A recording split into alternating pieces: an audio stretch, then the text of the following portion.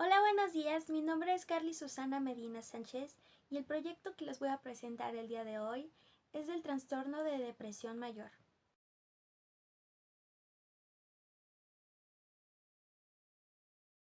El caso que abordé es sobre de un joven de 21 años, masculino, que tiene la religión de musulmán sunita.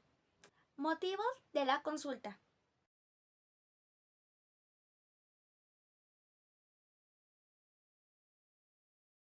Sus padres, después de haberlo visto desanimado, lo llevaron a distintos curanderos, pero al ver que no tenía ningún resultado, lo llevaron a consulta. Presentaba un cuadro de depresión, ya que se mantenía la mayoría del tiempo llorando. No tenía habla, no tenía ganas de comer y tenía deficiencias biológicas. Evaluación.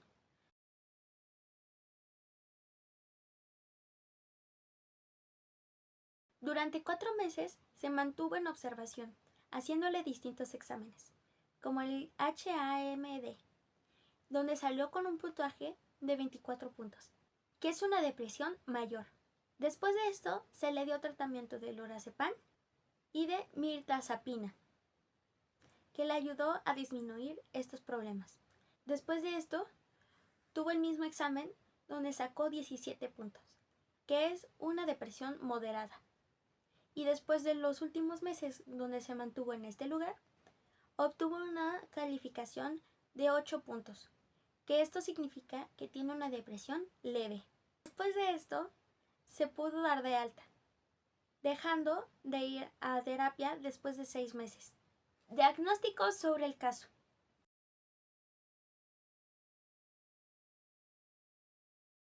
Nuestro paciente obtuvo un tratamiento ante el trastorno de depresión mayor, que solamente tuvo un episodio grave.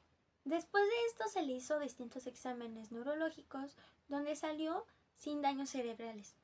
También se le hizo un examen donde salió con una excesiva vergüenza y pena ante actos sexuales, como lo que es la masturbación, pero el paciente dice que no podía dejarlo de hacer. También se encontró un poco de ansiedad. Aunque no está en el caso, es posible que tuvo ansiedad ante problemas que venían con la cultura y la religión que practicaba. Contexto.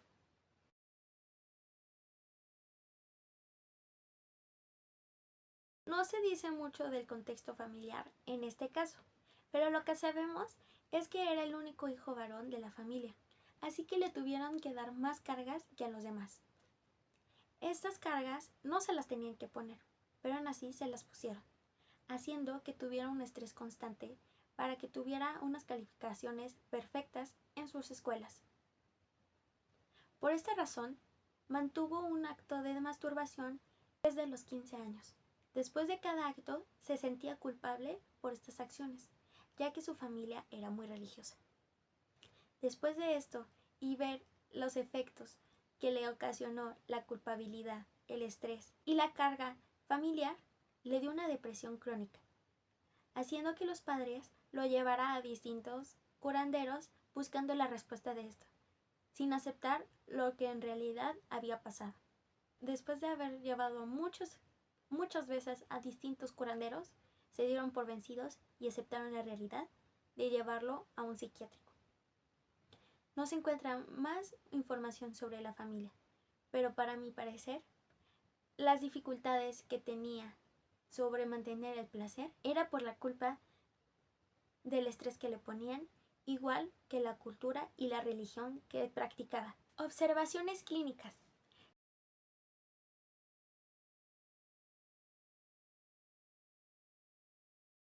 Se notó que el paciente no podía hablar, ni siquiera se le escapaba algún sonido.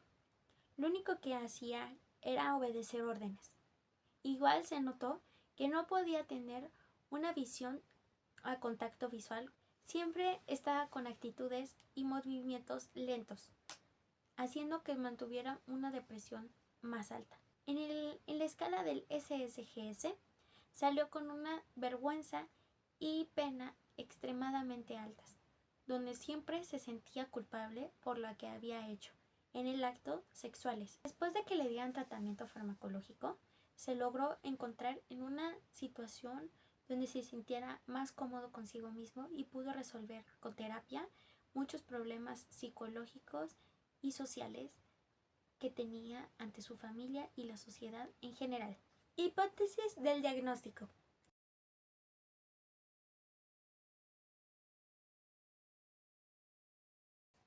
Según el DMS-5, se dice que este paciente no podía estar mucho tiempo levantado, o sea que tenía dificultades para moverse, iba más lento a distintos lugares, no mantenía el contacto visual, tenía mutismo vocal, tenía falta de placer, sentía vergüenza y culpabilidad excesivas, algo que no es normal. El examen de HAMD salió con una calificación de 24, que significa que tiene una depresión grave. Mi hipótesis es que el paciente tiene un trastorno de depresión mayor con solo un episodio grave y con una calificación en el examen del HAM grave, o sea de 24 puntos. Análisis de las bases neurológicas. Aunque en los exámenes neurológicos y clínicos salió que no tuvo alguna deficiencia o algún daño cerebral, sí creo que tiene algunas deficiencias cerebrales. El sistema límbico, amígdala e hipocampo. El sistema límbico está encargado de regular las emociones y actos. Amígdala.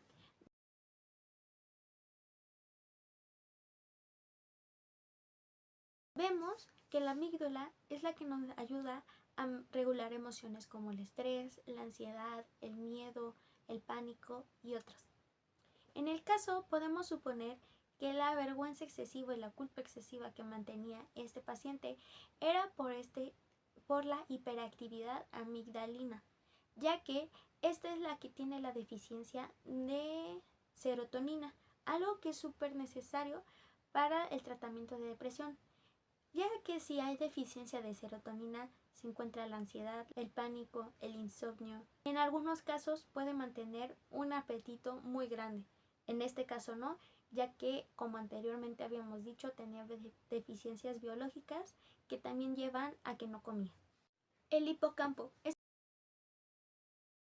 también tiene que ver mucho con las emociones y está junto con el eje HHA, que vamos a hablar más adelante. En esta ocasión ahorita nada más vamos a hablar sobre lo que pasó y cómo se atrofió, ya que como se mantuvo con un estrés constante y crónico, hizo que el hipocampo se afectara, haciendo que hubiera unas deficiencias emocionales y de la conducta. Otra de las partes que podemos ver afectadas es el corte prefrontal dorsolateral, que participa en la toma de decisiones y en la regulación emocional. En este caso, se puede mostrar una hipoactividad, que coincide con lo que vimos con el paciente, que fue no tenía actividad, no tenía motivación para hacer literal nada y falta de inspiración o de iniciativa. En este caso no podía hablar porque le faltaba decisión de poder hablar. También se puede ver una deficiencia en el núcleo cumbres y en el sistema dopaminérgico mesolímbico.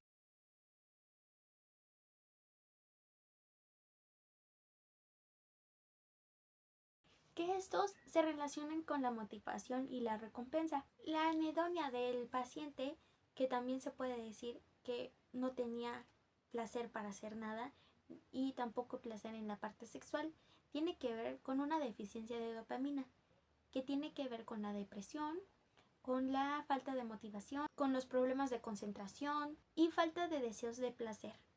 ¿Te acuerdas que te iba a hablar sobre el eje HHA? Bueno, este significa hipotálamo, hipófisis, adrenal, que este está encargado del estrés, pero cuando una persona mantiene mucho estrés por mucho tiempo, como vimos en el caso, en esta área se activa y lleva al cortisol a elevarse, lo que afecta negativamente el hipocampo y que hace que la serotonina disminuya, que hace que haya estrés, ansiedad, depresión, irritabilidad, ataques de pánico por la ansiedad y otras cosas. Relación entre el caso y lo que dice la literatura neurobiológica. lo que estoy diciendo no es porque se me vino a la mente y nada más ocupé la intuición para hacer este trabajo. No, en realidad tengo literatura neurobiológica aquí atrás, aquí en mi trabajo y lo estoy explicando. No es nada más así de, me gustó el tema, voy a hablar de eso. No. Tengo ciencia atrás de esto. Distintos artículos hablan sobre que la pena excesiva y la vergüenza excesiva tiene que ver con una parte de la amígdala y que esta parte, muy curiosamente, afecta más a los hombres que a las mujeres.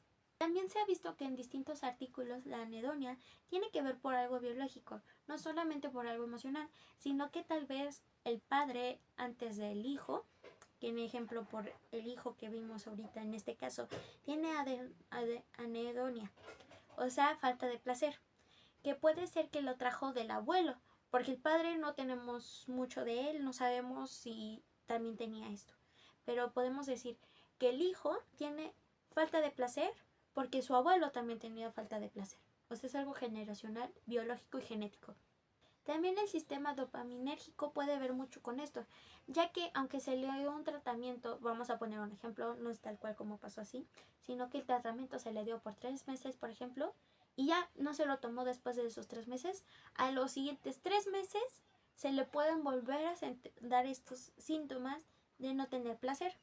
Es algo también que tiene que ver mucho con lo biológico y en lo genético.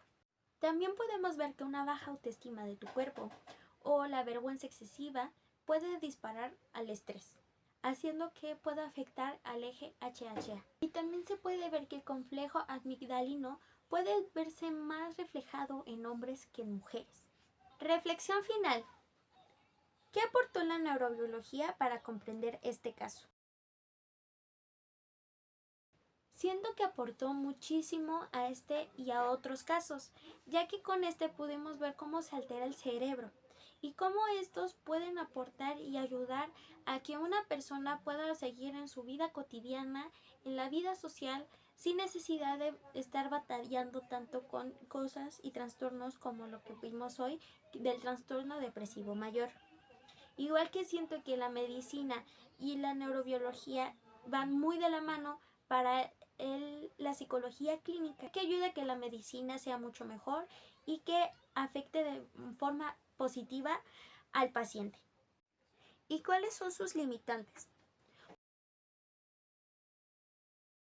Bueno, yo siento que uno de sus limitantes, aunque es súper buena y súper eficiente la neurobiología, ellos se centran en más lo científico, en más lo que le afecta y las deficiencias que tiene el cerebro y no se ponen a pensar o tratar de prevenir lo que viene a lo subjetivo. Es decir, que no se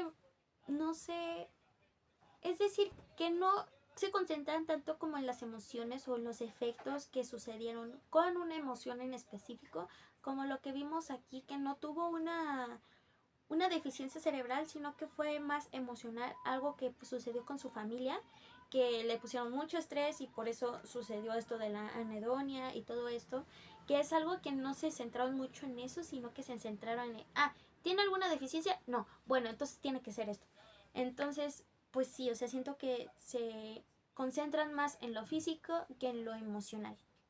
Igual que siento que como amantes del cerebro nos encantaría saber todo y quisiéramos tener todas las máquinas para entenderlo completamente, queríamos tener todas las medicinas para saber qué sucede en el cerebro cuando pasa esto y bla, bla, bla. Pero la triste realidad es que todavía no existen muchas máquinas que nos puedan ayudar a entender por completo el cerebro. Apenas si sabemos un poquito de todo lo que nos falta aprender. Así que siento que eso es lo que falta o lo que es la deficiencia. Bueno, este fue el final. Muchas gracias por ver mi video. Espero podernos vernos muy pronto y gracias por todo lo que nos ha enseñado, maestra. Es súper padrísima su clase. Entonces nos vemos a la próxima. Bye.